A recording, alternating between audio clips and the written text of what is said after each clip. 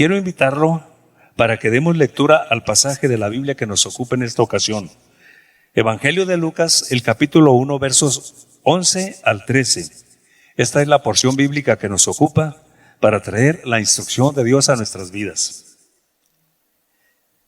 Vuelvo a repetir la porción bíblica para los que le están buscando. Evangelio de Lucas, el capítulo 1, versos 11 al 13. Y se le apareció el ángel del Señor puesto en pie a la derecha del altar del incienso.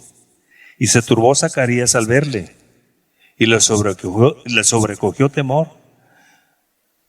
Pero el ángel le dijo: Zacarías, no temas, porque tu oración ha sido oída, y tu mujer Elizabeth dará a luz un hijo, y llamarás su nombre Juan. Gracias, Señor, en esta hora, porque eres bueno. Me acerco al trono de tu gracia, para que me ayudes y pongas tu Espíritu Santo en mi vida, y que tu palabra traiga bendición a todos los que estamos aquí reunidos, y a los que nos ven a través de esta transmisión, en el nombre precioso de Jesús. Amén. Esta es una serie que empecé hace un domingo antepasado sobre la palabra petición. Tenemos claro que hay muchas necesidades que tenemos en nuestro entorno. Hay necesidades que nosotros las podemos resolver. Si es una cuestión de enfermedad, pues están los hospitales, están los médicos, y ellos nos resuelven esa clase de conflictos o de problemas en cuanto a la salud. Hay enfermedades incurables y esas solamente las puede resolver el Señor. Entonces, esa necesidad se puede tornar en una petición donde tenemos que dirigirla al que está sentado en el trono. Entiendo también pues que hay problemas que se pueden resolver, a veces a través de la ley, a veces a través del consejero profesional, pero hay problemas que no se pueden resolver y que a todos nos rebasan en algún momento. Entonces, cuando esos problemas no se pueden resolver, hay que ir al trono de la gracia y hay que presentarla, esa necesidad o ese problema, en la frase de petición. Decirle al Señor: tengo esta necesidad, te presento esta petición y quiero que me contestes y quiero que me respondas sobre esta necesidad que estoy viviendo. El sermón, pues yo lo empecé, como se los digo, esta serie la empecé en alguna ocasión pasada, hace un domingo antepasado, y mencioné algunos puntos que ya abordé sobre el linaje.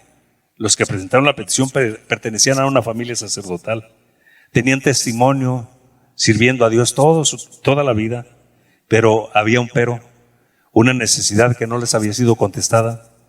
Zacarías y Elizabeth eran un matrimonio, le estuvieron pidiendo a Dios toda la vida un hijo, y ese pero Dios no se los contestaba.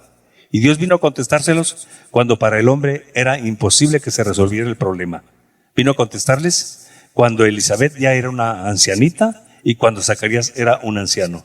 Donde usted y yo sabemos que en cualquier cultura ya se pasó la etapa de la concepción. Ya no hay. Entonces ahí Dios les contestó esa oración que ofrecieron por mucho tiempo. Pues el oficio de Zacarías era que era un sacerdote. Elizabeth, su esposa, pertenecía también a la familia sacerdotal. Número 5, pues eran gente de devoción, eran gente que siempre estaban orando al Señor. Y luego en el número 6 hay una revelación donde viene un ángel a visitarle a Zacarías cuando le tocó entrar al lugar santísimo a ofrecer el sacrificio por todo el pueblo, el sacrificio de la expiación. Y dice que todo el pueblo se quedó afuera orando. Ese es el número 7. Y estamos hoy precisamente en el siguiente punto, el punto número 8, pero que de esta predicación sería el número 1. Fueron llenos del Espíritu Santo. Y esto es muy interesante. Quiero mencionar que Lucas es uno de los hombres que escribió en la Biblia por lo menos 2 libros, el Evangelio y el libro de los Hechos. Y tanto en el Evangelio de Lucas como en los Hechos es el que más aborda el tema del Espíritu Santo. Neumatología dirían algunos, otros preferían decir paracletología, porque el Espíritu Santo vino cuando Jesús llegó allá al cielo. Entonces el Espíritu Santo es el paracletos, el que vino al lado de o en lugar de y vino a estar con nosotros. Y es importante ver esta declaración: fueron llenos del Espíritu Santo. Quiero que leamos la porción que nos ocupa. Ahí está Lucas capítulo 1, el verso 15. Pero será grande delante de Dios, no beberá vino ni sidra, y será lleno del Espíritu Santo, aún desde el vientre de su madre. Y esto es importante, porque el Espíritu Santo no tiene la manifestación como sucedió en el día de Pentecostés. Pero había momentos muy particulares, muy especiales, en que el Espíritu Santo visitaba a las personas de devoción o a los que estaban buscando a Dios. Y esto es bien importante. Dos cosas. Si usted se fija bien, aquí dice, el Espíritu Santo va a venir sobre él aun cuando esté en el vientre de su mamá. Número 1, para capacitarlo. Número 2, para darle poder. Esa es la realidad. La diferencia entre una persona normal que se para y es bueno para discrepar, domina toda la retórica, es bueno para dar discursos, pues te sacude, te impresiona con lo que dice. Pero nunca igual que alguien que habla bajo la unción del Espíritu Santo. Porque cuando alguien está hablando bajo la autoridad y la unción del Espíritu Santo, lo que está diciendo penetra. Lo oyes aquí, pero penetra en tu cerebro, en tu alma, en tu corazón, y te quebranta y te lleva a que aceptes a Cristo Jesús. Y esto fue impresionante. La Biblia dice entonces que el Espíritu Santo vendría sobre Juan para capacitarlo. Pero me llama la atención. Dice que guardaría un voto, el voto del nazariato. Eso significa que él no podía contaminarse, o su mamá no podía contaminarse, estuviera esperando el bebé con cosas que estuvieran fermentadas, y no podía tocar ningún muerto, que era lo que más o menos se guardaba. Eran votos que se hacían, algunos eran de por toda la vida. Usted se recuerda a Sansón, que no se cortaba el pelo y no se rasuraba. El voto del nazariato de Sansón era por toda la vida. El voto, en este caso de la mamá de Juan, era mientras estaba embarazada. Y será lleno del Espíritu Santo. Entonces, esto es muy interesante. Pero es mejor si leemos el pasaje para que vea qué fue lo que sucedió. Lucas capítulo 1, el verso 41. Y aconteció que cuando oyó Elizabeth el saludo de María, la criatura saltó en su vientre, lo que le había prometido. Y Elizabeth fue llena del Espíritu Santo. Y Zacarías, su padre, fue lleno del Espíritu Santo y profetizó diciendo: bendito el Señor, Dios de Israel, que ha visitado y redimido a su pueblo, y nos levantó un poderoso Salvador en la casa de David, su siervo. Resulta que María y Elizabeth eran primas, eran parientes. No vivían cercas, no vivían juntas. Pero después de 6 meses, que el ángel se le presentó a Zacarías y le dijo: Elizabeth va a tener un hijo. Y yo le pregunto, el vientre de Elizabeth toda la vida estuvo muerto, era estéril, dice la Biblia. La palabra estéril, utilicémoslo con el sinónimo, no había vida, estaba muerto el vientre de Elizabeth. Pero se pasó el tiempo de la concepción, el tiempo fértil de una dama, el tiempo fértil de un hombre se pasó, los dos son ancianos. Entonces yo le pregunto, ¿sería fácil para Zacarías creerlo? Cuando se le presenta el ángel, tu esposa va a tener un hijo.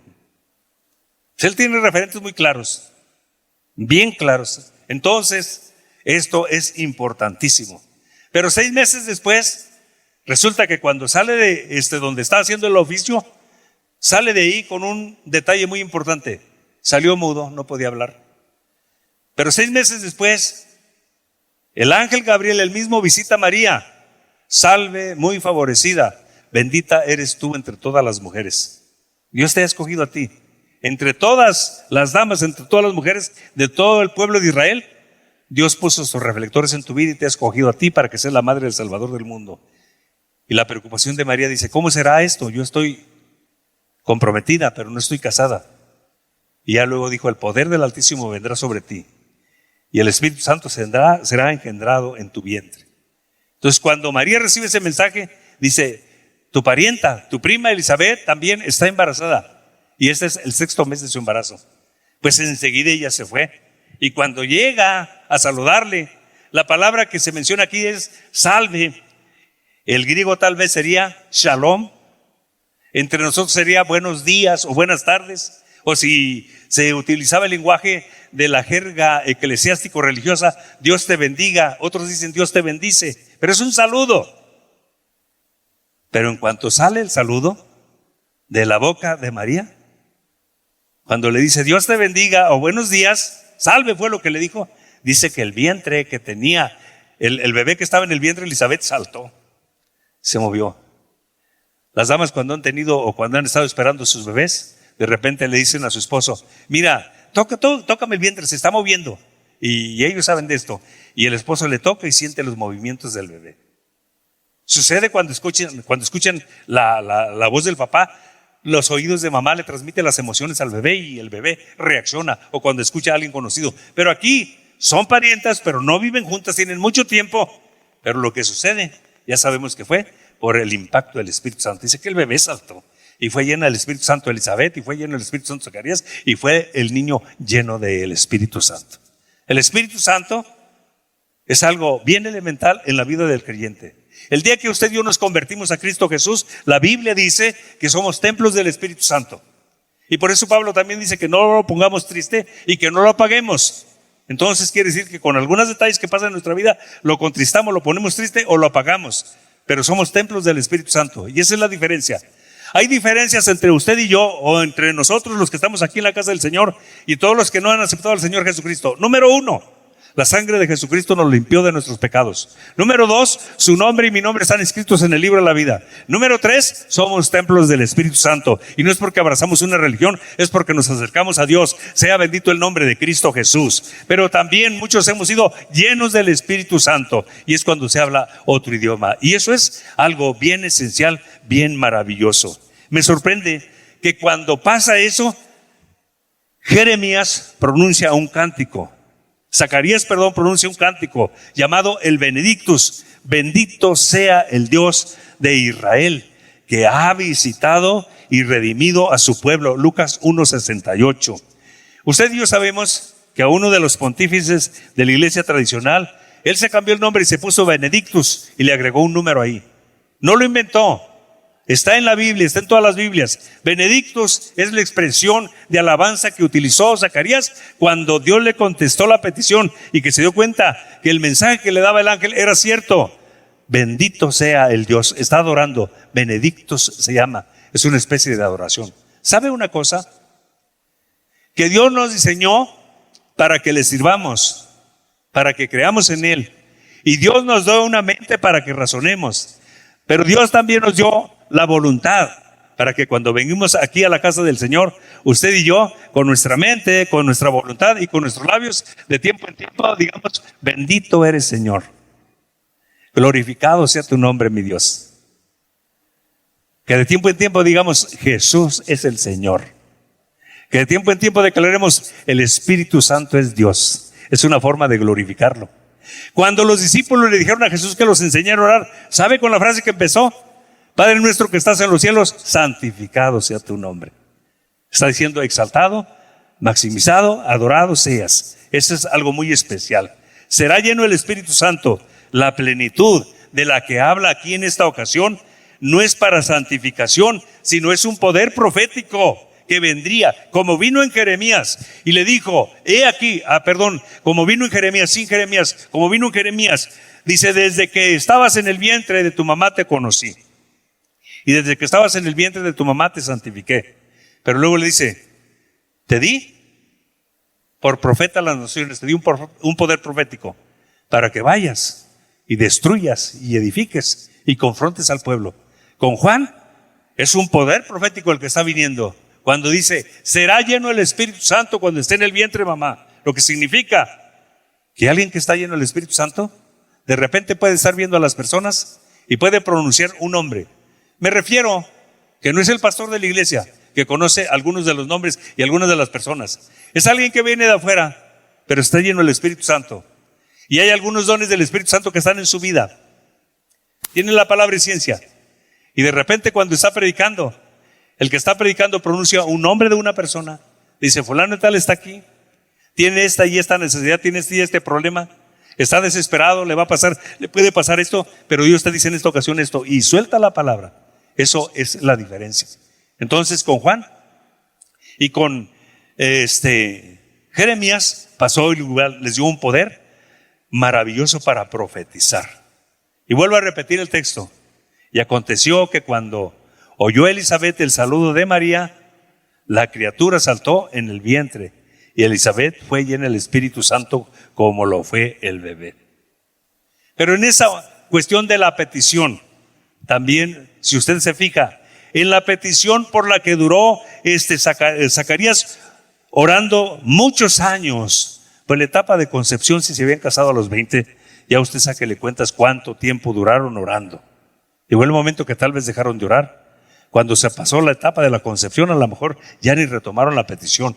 Pero la oración había llegado a los oídos de Dios, y la oración de Zacarías y de Elizabeth estaba en la memoria de Dios y estaba en el corazón de Dios. Así es de que en esa oración Dios tenía un propósito cuando les diera el hijo. Quiero que vea lo que dice Lucas, el capítulo 1, el verso 16 y el verso 17. Un propósito, lo que encontramos aquí. Y hará que muchos de los hijos de Israel se conviertan al Señor. Irá delante de él con el espíritu y el poder de Elías, para hacer volver los corazones de los padres a los hijos, y de los rebeldes a la prudencia de los justos, para preparar el camino del Señor. Si es de que está diciendo el nacimiento de este niño, y que se va a llamar Juan, tiene un propósito. Es enviado a la tierra con un propósito. Lo he mencionado en otras ocasiones. Siempre me bendijo las declaraciones de Rick Warren, incluso así se llama su libro, Una vida con propósito, donde nos confronta y nos dice: ¿te has preguntado alguna ocasión por qué viniste a este mundo? ¿A qué viniste a este mundo? Así lo dice Rick Warren. Y luego nos lleva a una realidad. Tú no tuviste la oportunidad de escoger quiénes fueran tus papás, y tampoco cuál fuera tu nacionalidad. Y usted se ha fijado, es muy característico, por intereses propios, a veces tal vez por sentimientos propios, hay quienes se cambian de esa nacionalidad o adquieren otra nacionalidad. Ahorita ya se pueden tener algunas nacionalidades, pero no tuvimos, usted y yo, el privilegio de escoger cuál sería nuestra nacionalidad. Tampoco tuvimos el privilegio de seleccionar quiénes serían nuestros papás.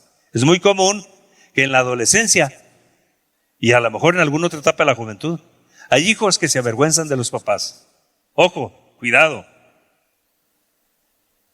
Cuidado. No tuviste la oportunidad de escogerlos, pero Dios decidió que ahí nacieras. No tuvimos la oportunidad de escoger qué nacionalidad, pero Dios decidió que fuéramos mexicanos. Pero al final, Dios nos trajo a esta vida con un propósito. Juan venía con un propósito. Y quiero que vea lo que dice aquí la palabra del Señor. Y hará que muchos de los hijos de Israel se conviertan al Señor, Dios de ellos. E irá delante de él con el espíritu y el poder de Elías, para hacer volver los corazones de los padres a los hijos, y de los rebeldes a la prudencia, y los justos a la prudencia de los justos, para preparar al Señor un pueblo bien dispuesto. Así es de que sobre esta cuestión, yo te hago en esta ocasión la pregunta: ¿tú ya sabes cuál es el propósito por el cual Dios te trajo a esta tierra, a este mundo? ¿Alguna ocasión, cuando eras adolescente, o tal vez ahora que eres joven, te da vergüenza tus papás? No te avergüences, no tuviste la oportunidad de escogerlos. Pero si te avergüenzas, los vas a deshonrar en algún momento, y eso a Dios no le agrada. Pero esto es bien importante. Tú no los escogiste, pero Dios determinó que nacieras ahí. Dios determinó que fuéramos mexicanos. Pero eso no interesa. Para Dios no es tan grave, ni interesa, ni es tan relevante. ¿Quiénes son tus papás y en qué nacionalidad naciste? Para Dios lo más relevante es que te trajo a este mundo con un propósito. Y eso debe entenderlo tu mente, debe entenderlo tu corazón. Y se empieza a cumplir en el momento que razonas y sientes en tu corazón que es tiempo de acercarte a Dios. Y si tomas la decisión de acercarte a Dios, empezó a cumplirse el propósito eterno que Dios tiene para tu vida. Le dice a Zacarías: fíjate, este niño es enviado con un propósito. Ni siquiera tú le vas a poner el nombre, se va a llamar Juan. Pero su estancia en la tierra es va a ser que los corazones de muchos hijos de Israel se vuelvan al Señor. Hará que muchos de los hijos de Israel se vuelvan al Señor, su Dios. Esto fue cumplido en el ministerio de Juan el Bautista. Te menciono, fíjate, Juan el Bautista ni siquiera estaba vestido a la moda. Las modas son una tendencia, y eso es moda. Y todos vamos a veces vistiéndonos a la moda. Allá en los 70s, nosotros utilizábamos unos pantalones de terlenca, que esos no se planchaban, y una campanota que te tapaba el zapato, y parece que viene otra vez esa tendencia. Juan estaba vestido a la moda, traía una túnica y un cinto de cuero de camello, tal vez con todo y el pelo de camello, lo traía en su cintura, porque el cinto en el oriente, en usos y costumbres del oriente, era 3 metros, no pasaban por su espalda y por su pecho, ahí lo traía. Pero su comida eran miel y chapulines, langostas, eso comía. Pero de repente Juan aparece en el escenario, viene del desierto y aparece en el escenario. Y el mensaje que Juan traía es: arrepentíos y convertíos, porque el reino de los cielos se ha acercado. Fíjate lo que está diciendo. 400 años Dios guardó silencio. Malaquías es el último libro del Antiguo Testamento. Se escribió en el 430. Del 430 hasta los primeros años, hasta cuando vino Cristo, son 400 años de silencio. No hubo revelación. En ese tiempo no se escribió un solo libro de la Biblia.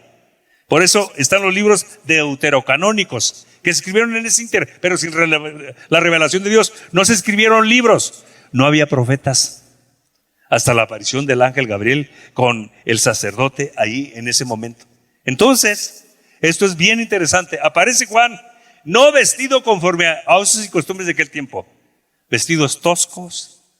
Viene del desierto. El desierto es muy característico, te reseca la piel, hace muchas cosas. Su comida eran langostas y miel silvestre. Si alguien ha ido a alguna ocasión en Oaxaca, es muy característico que te ofrezcan langostas o chapulines. Y yo pienso que el solo nombre de escuchar chapulín no será tan fácil para algunos de nosotros comernos. Eso era lo que él comía. Pero aparece y su mensaje: arrepentidos y convertidos, porque el reino de los cielos se ha acercado. Y la esencia del cielo, la esencia de la unción, porque dijo el Espíritu, Él será lleno del Espíritu Santo cuando esté en el vientre de su mamá. Es que el mensaje sacudía las conciencias, sacudía el entendimiento y los hacía que se sintieran culpables. Y te lo demuestro con esto. Fíjate lo que dice Mateo capítulo 3, versos 5 y verso 6. Y salía a él Jerusalén y todo Judea y toda la provincia de alrededor del Jordán, y eran bautizados por él en el Jordán, confesando sus pecados. El mismo texto, nada más que en Marcos capítulo 1, versos 4 y versos 6. Su mensaje era: arrepentidos y convertidos, porque el reino de los cielos se ha acercado. Y bautizaba a Juan en el desierto, y predicaba el bautismo del arrepentimiento para el perdón de pecados, y salían a él todas las provincias de Judea y todas los de Jerusalén, y eran bautizados por él en el río Jordán. Hará que muchos de los corazones del pueblo de Israel se vuelva a Dios, empiecen a buscar a Dios. Hay un tiempo específico que Dios tenía para esa nación a través de Juan. Hay un tiempo específico que Dios tiene para cada una de las personas. Yo nací en un hogar cristiano, pero a los 12 años sentí que abrí los ojos en otro mundo cuando entré en la pubertad. Y me alejé del templo. De los 12 a los 15 años me alejé del templo. Pero a los 15 años, en una campaña, vuelvo al templo y Dios me rescata ahí en esa ocasión.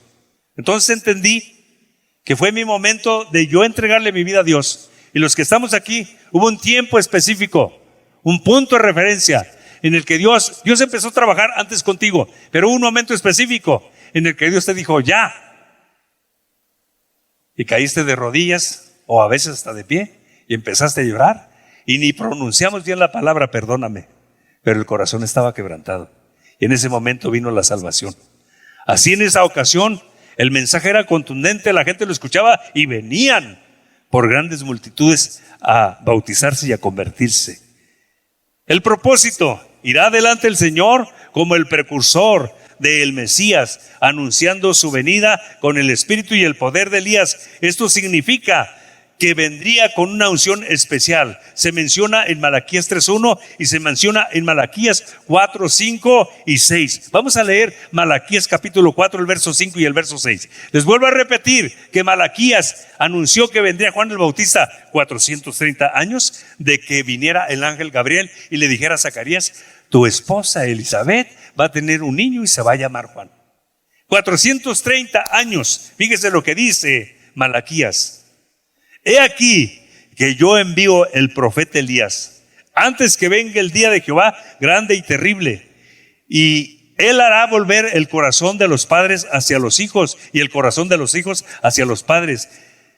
No sea que yo venga y hiera en la tierra con maldición. Pero en 3:1 dice: he aquí yo envío mi mensajero, el cual preparará el camino delante de mí, y vendrá súbitamente a su templo, y el Señor a quien vosotros buscáis.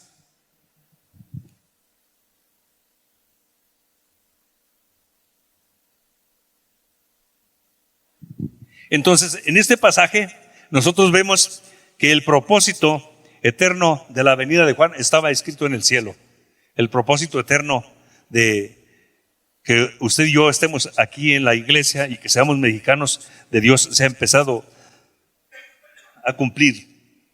Hará volver el corazón de los padres a los hijos y a los desobedientes a la prudencia. Aquí me llama mucho la atención este pasaje. El propósito del ministerio de Juan es que haría volver el corazón de los padres a los hijos y el de los hijos a los padres. Porque siempre en todas las culturas y en todos los tiempos, entre los hijos y los padres, no con todas las familias, pero en gran parte de las familias pasa una especie de fricción. A los hijos no les gusta que se les llame la atención. A los hijos no les gusta que se les ponga límites. Y hay que ponerle límites y hay que llamarle la atención. Y esto es bien importante. Dice: hará que el corazón de los padres se vuelvan con sus hijos y el de los hijos con sus padres. Está hablando de una buena relación. Está hablando de una buena armonía. Está hablando del desarrollo de la fe. Está hablando del desarrollo de los principios y de los valores eternos del cielo. De eso está hablando. Me llama mucho la atención esto, y pasa en todas las culturas. Yo soy descendiente de la generación sometida, la generación S, así se les nombraba. Los que nacieron más o menos en el 20 al 40. Soy de la generación S. Esa clase de papás siempre fueron muy listos o muy prestos o muy rápidos para poner límites y para poner sanciones y para poner castigos, pero buenos para eso. Por la otra parte, eran muy introvertidos. Nunca nos dijeron que nos amaban. Olvídese que el papá hombre le diera un beso al papá hijo, olvídelo. Pero yo sé que aunque no nos decían que nos amaban, nos amaban. Pero ellos siempre fueron muy prestos para poner límites y para poner correctivos, muy prestos. Aquellas mamás eran tan prácticas que cuando iban a corregir al niño, pues usted sabe, cuando el niño ya está grandecito, ¿qué es lo que hace? Empezaba a correr y alcánzalo. Ah, pero la mamá, y tenía una puntería, chanclazo, y no le erraba, hermano. Se lo descontaba, porque esa era la realidad. Entonces, hay que poner límites. Y en esta ocasión, cuando se ponen límites y cuando se llama la atención, siempre causa fricciones y causa disgusto. Y habrá muchachos que se enojan tanto que le puedan decir a los papás: no te voy a hacer caso y te odio. Pero cuando el Señor viene, sana esa relación y bendice esa relación. Quiero platicarles algo que sucede, porque es probable que le haya pasado a usted. La forma de que me corrigieron a mí mis padres. Mi padre era de la generación sometida, yo soy de los baby boomers. Mi padre fue muy recio conmigo, fuerte, muy recio. Las correcciones eran muy recias. Yo doy gracias a Dios porque yo nunca le guardé resentimiento a mi padre. Toda la vida lo honré. Incluso cuando Dios nos lo quitó el año antepasado, cómo lo he extrañado. Nunca le guardé ningún resentimiento, pero sí fue muy recio. Pero les cuento una experiencia. Cuando Dios me dio a mi hijo Omar, con Omar fui muy recio, y las personas que tienen ya tiempo aquí en la iglesia saben que fui recio con él. Fui muy directo y en algunas cosas hasta lo corregí inapropiadamente. Les comento lo siguiente. Cuando Omar se fue a Mazatlán, aunque todo estaba arreglado y todo se arregló en su momento, Y nunca hubo resentimiento de Omar hacia un servidor y ni de un servidor hacia Omar. Porque en su momento era la corrección. Tuve que darle la atención cuando lo hice molesto, cuando lo hice enojado. Porque lo peor que podemos hacer como papás es corregir al hijo cuando estamos enojados, o es abrir la boca cuando estamos enojados. Porque vamos a abrir la boca nada más para lastimar, para herir, para ofender, para decirle burro, inútil y nada más para ofender. Entonces, algunas ocasiones, no quiero decir que no lo hice inapropiadamente, pero cuando Omar se despide de la congregación y yo fui a despedirlo a su casa cuando se fue, les comento, pasaba por mi mente la película los momentos que yo traté mal a Omar, que me excedí. ¿Y sabe cómo me sentía? Como una cucaracha. Me sentía mal, porque siempre pasa eso. Hará que los corazones de los padres se vuelvan a los hijos y el de los hijos a los padres. Muchachos, si tú alguna ocasión te has avergonzado de tus papás y ellos se dieron cuenta, lo más seguro es que su corazón se lastimó. Te doy 2 consejos. Tienes que pedirle perdón a Dios y pedirle perdón a tus papás. No sé por qué pasa, pero alguna ocasión alguno de tus hijos te dijo: déjame aquí en esta esquina, ya de aquí yo me voy caminando, cuando estaba en la escuela. Y con eso te está haciendo muchas cosas. No quiere que sus amiguitos o sus condiscípulos o los demás alumnos vean que tú eres su papá y que tú eres su mamá. Papás, si alguna ocasión nos hemos excedido con poner límites a nuestros hijos y los hemos corregido enojados o hemos soltado la lengua enojados, hay que pedirle perdón a Dios y hay que pedirle perdón a los hijos. Porque el Dios de Juan iba a anunciar con los papás el mensaje del evangelio y dice: hará que muchos de los corazones de los papás se vuelvan a los hijos y el de los hijos a los papás. Hijos, no existimos papás perfectos. Papás, no somos perfectos, pero aun cuando no somos perfectos y cometemos un error, seguimos siendo papás y tenemos el derecho de seguir estableciendo límites y establecer correctivos. El error más grave, si no establecemos límites, pues sabe que ese hijo va a hacer mucho daño, no solo a la familia, va a hacer mucho daño en la sociedad. Y esto es bien interesante, y el evangelio de eso se compone de propósitos. Y el propósito de la venida de Juan, después de 400 años de silencio, era tomar a la gente y redireccionarla. Es especial eso, dale palmas al Señor.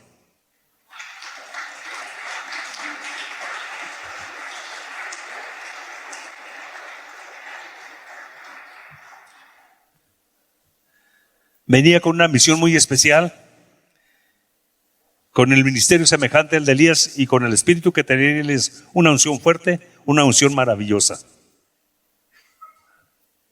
Llegamos al siguiente punto, el punto de la duda, y vamos a leer estos pasajes de la palabra del Señor. Libro de Lucas, el capítulo 18, libro de Lucas, el capítulo 1, versos 18 al 20. Dijo Zacarías al ángel: ¿en qué conoceré esto? Porque yo soy viejo y mi mujer es de edad avanzada. Respondiendo el ángel le dijo: yo soy Gabriel, que estoy delante de Dios, y he sido enviado a hablarte y darte estas buenas nuevas. Ahora quedarás mudo y no podrás hablar hasta el día que esto se haga, por cuanto no creíste a mis palabras, las cuales se cumplirán en su debido tiempo. Es decir, dentro de 9 meses tú vas a tener un bebé en tus brazos. La pregunta es impresionante. ¿Cómo será esto? ¿O en qué conoceré yo esto? Yo le hago la pregunta en estos momentos, evaluando a Zacarías. ¿Está dominado por una realidad o está dominado por la duda? Cuando Zacarías le dice al ángel: ¿cómo será esto? El ángel le hace exégesis de la declaración, va a la profundidad de la declaración. ¿Cómo será esto? Y le pregunto, por la sentencia. Le dijo: es que yo no vengo a ver si lo crees o no lo crees. Yo vengo de parte de Dios. Yo soy el ángel que estoy siempre delante de Dios. Y Dios me encargó que te trajera este recado, este mensaje. Y el problema a veces como creyentes, cuando Dios nos habla en el templo a través de un predicador, No, se lo está inventando. O le está diciendo de casualidad a ver si le pega, a ver si le atina. No, es que Dios te está hablando. El problema más serio de nosotros es cuando evaluamos lo que Dios está tratando. Y yo te pregunto en esta ocasión, Zacarías está dominado por una realidad o por la duda. Durante toda la vida de casado estuvo orando por un hijo y Dios guardó silencio. Él tiene dos referentes bien claros en su mente, que su esposa era estéril. Siguiente referente, los dos están viejitos ya. Esa es la realidad. Están fuera de la etapa de la concepción. Ya no hay posibilidades de la concepción. Entonces Zacarías le dijo al ángel, ¿y en qué conoceré esto? Porque yo soy viejo y mi mujer de edad avanzada. ¿No es esto un retrato muy claro de lo que nos pasa a veces a nosotros en la vida cristiana? Porque todos en algún momento hemos dudado, hemos tenido duda. Todos se nos ha acabado un poco la fe. Si hablamos de la escala del 1 al 10, si yo te preguntara, ¿tu fe en qué posición está? En el 1, sabiendo que es lo más bajo. ¿Ya le vas bajando ahí o subiendo?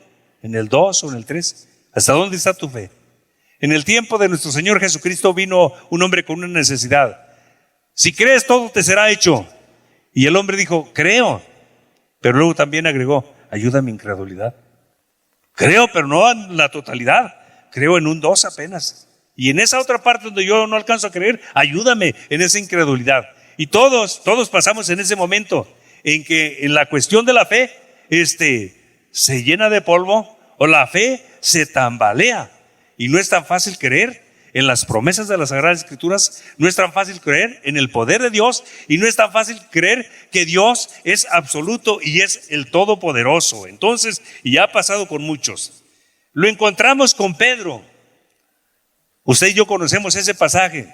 Multiplicó los panes, comieron 5,000 hombres, sin contar mujeres y sin contar niños. Esa atardeciendo el sol se estaba ocultando y el Señor le dice a los discípulos, súbanse en la barca y váyanse, ahí los alcanzo más al rato.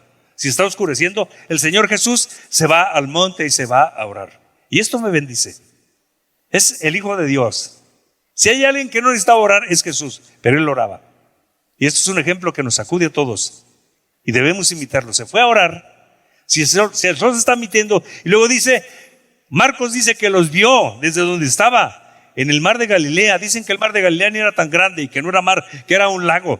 6 a 12 kilómetros de ancho por 21 de largo. Pero estaba muy encajonado, 208 metros bajo el nivel del mar. Así es de que cuando el aire se encajonaba, levantaba grandes olas. Las barquitas de aquel tiempo no traían motor, eran de remo. Y mientras algunos discípulos remaban, los otros trataban de sacar el agua que se metía. Y dice Jesús que los vio navegando. Y dice que vino a ellos a la cuarta vigilia. La cuarta vigilia es de las 3 a las 6 de la mañana. Así es de que entre 3 y 6 vino a ellos. Todo ese tiempo Jesús pasó arriba. Si el sol se estaba metiendo, pasó orando. Y cuando viene, hermanos, viene caminando hacia ellos sobre el agua. Cuando se acerca, todos tenemos supersticiones. Todos. Cuando se acerca, gritan los discípulos, ¡un fantasma! Porque en la cultura de ellos, cuando aparecían fantasmas, significaba que iba a haber una tragedia, que iba a haber muertos. ¡Un fantasma! Y cuando escuchó Jesús la voz de ellos, que lo calificaron de fantasma, hacía 8 horas se habían separado de él más o menos. No tengan miedo, yo soy. Entonces Pedro, el atrabancado, que no pensaba para hablar y que no pensaba para actuar, dice, si tú eres, manda que yo vaya a ti, pues ven. Y Pedro se baja en la barca y los primeros pasos, bien, los caminó arriba del agua.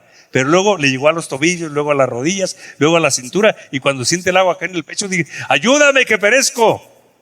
Y todos reprobamos a Pedro por su fe. Pero los otros, Pedro siquiera se mojó los pies. Los otros ni siquiera se mojaron los pies. Todos, en algún momento, nuestra fe puede fallar. Pero te digo una cosa, tus oraciones ya fueron oídas por Dios. Ya están en la memoria de Dios y están en el corazón de Dios. Aunque tu fe esté tambaleándose, ya están ahí. Tomás, cuando resucitó el Señor Jesucristo y los caminantes de Maús caminan con Jesús sin conocerlo, y cuando llegan le ofrecen hospedaje, le ofrecen comida, y cuando están orando por los alimentos se desaparece. Dicen los caminantes de Maús: vamos a decirles a los apóstoles que es cierto lo que dicen las mujeres. Se regresan, y cuando regresan resulta que ya Jesús había llegado con ellos. No abrió la puerta, no tocó para que le abrieran. Sin la puerta abierta, Jesús entró y les dice: pasa vosotros.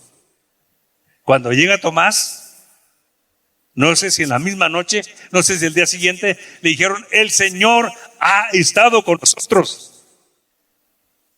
¿Y sabe qué dice Tomás? Yo ahorita no creo nada.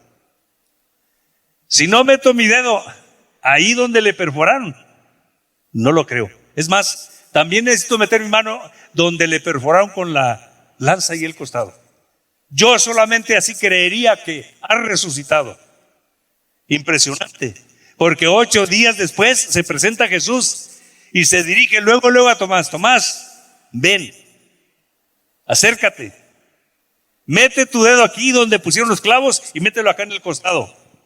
Lo que significa que Jesús, aunque no estaba con ellos, sabía todo lo que pasaba con los discípulos. Te digo una cosa: Dios está sentado en su trono y Jesús está a la diestra del que está sentado en el trono, y ellos todo lo escuchan, todo lo saben, todo lo miran. Y por eso el himno dice: su gracia triunfa sobre el juicio. Te ama, nos ama, y tus oraciones y mis oraciones están puestas delante de la presencia del Señor. Y con estas palabras que viene el ángel, le dice: ¿cómo será esto? Dice: mira, yo soy el que estoy delante de Dios. Así, lo conozco a Dios, cara a cara. Estoy cerca de Él.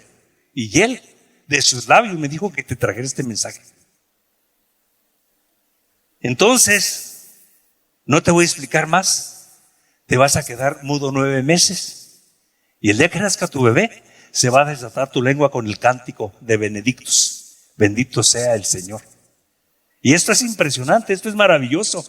Cuando le dice: mira, yo soy el que estoy enfrente de Dios, en la presencia de Dios, cara a cara con Dios, y Él me dijo que te trajera esta noticia. Lo está redireccionando. Ve de dónde vengo, ve delante de quién vengo, ve quién me dijo las palabras. Lo está redireccionando y le dice: y revisa la historia de Dios si hay un margen de error. En todas las cosas que hacemos los mortales hay margen de error. De un tiempo para acá, porque antes no se veía eso, la Toyota, la Nissan empezaron a ordenar o a pedir que ciertos vehículos de cierto a cierto año fueran porque traían problemas con sus bolsas. La Ford traían problemas con sus bolsas de aire, otras con los frenos, y pidieron que lleváramos los vehículos para corregir ese problema, margen de error. Pero le está diciendo el ángel: mira, yo estoy cara a cara con Dios, ahí cerquita. Yo sé cómo es Dios, yo conozco cómo es Dios. Él de sus labios me dijo: ve con Zacarías, le toca oficiar, entra, ponte al lado derecho y dile que llegó el momento que yo le conteste su oración. Le está diciendo: revisa la historia y ve si en la historia, en las promesas que Dios ha hecho, hay margen de error. En las promesas que Dios hace no hay margen de error. Dale palmas al Señor en estos momentos. Sea bendito el nombre de Cristo Jesús para siempre.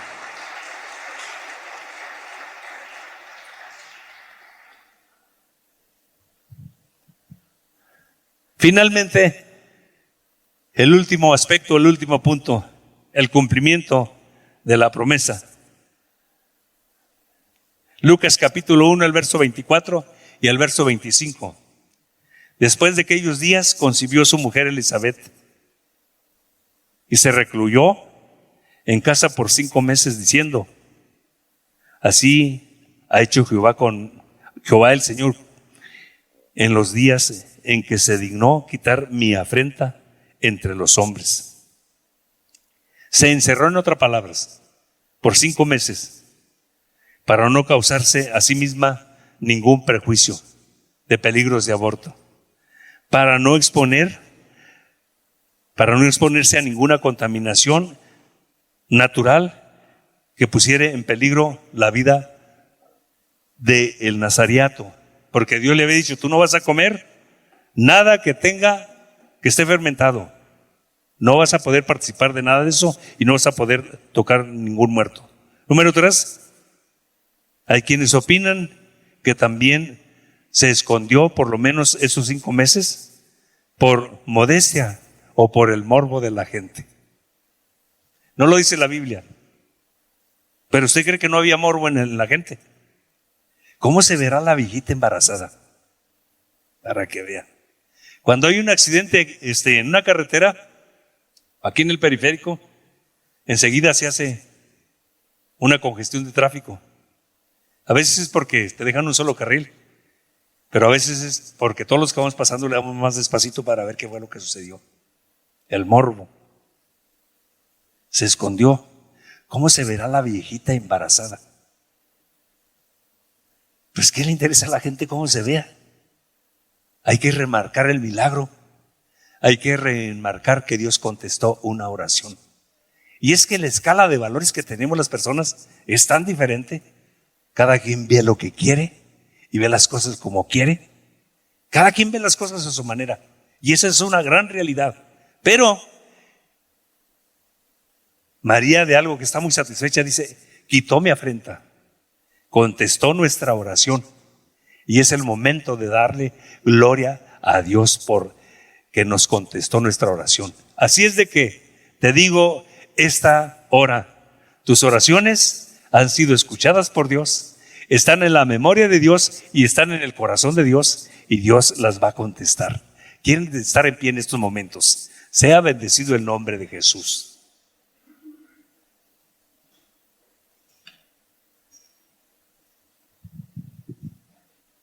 Tal vez hay alguna oración que hiciste hace tiempo y a lo mejor ya hasta te olvidaste de orar por ella porque te desesperaste, viste que Dios no la contesta.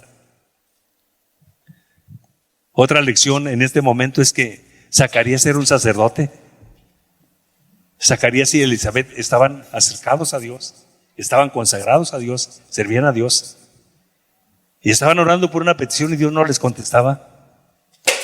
Es muy normal que cuando Dios no nos conteste una petición nos pongamos tristes.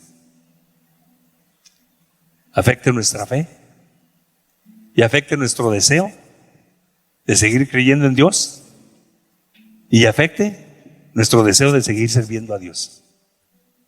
Es más, es probable que alguien se enoje cuando las cosas no le salen como él pensó que deberían de salirle. Se moleste y se enoje. Y se enoje y se pelee con Dios hasta la muerte. Hay el caso de Jonás, cuando le hizo salir una calabacera porque se desmayaba. Jonás se quedó viendo a ver si dentro de 3 días Nínive sería destruida. Y se quedó ahí viendo, pero le daban desmayos por el calor tan fuerte. Le hizo salir una calabacera que creció rapidísimo, pero en la noche un gusano le trozó la raíz y al día siguiente amaneció seca. Y Jonás está enojado. Te enojas por algo que tú no creaste y ya está seco, ya está marchito. Sí me enojo, le dijo Jonás, hasta la muerte. Y así somos cuando Dios no nos contesta. Hay alguien que se desanima, hay alguien que se enoja y se pelea con Dios, y hay algunos que se desconvierten, se alejan de Dios, y es el peor error. Yo solamente te digo en esta hora, tus oraciones, tus peticiones, Dios las ha oído, están en su memoria y están en su corazón. Pero el tiempo de Dios no es nuestro tiempo. Él te va a contestar. Debemos orar por los días futuros, porque los días son malos, como dice la Biblia. Este mundo está desenfrenado, pronunciado en contra de los valores, pronunciado en contra de los principios eternos del cielo. Así está pronunciado este mundo. No sé qué les toque vivir a nuestros nietos cuando ellos sean jóvenes, cuando ellos sean grandes o cuando ellos se casen. El mundo está pronunciado en contra de los valores y en contra de los principios y en contra de lo que es Dios, en contra de lo creado por Dios, de lo diseñado por Dios. Está pronunciado, pero con todo. Lo mejor que podemos hacer como iglesia es empezar a clamar, adelantar esas oraciones.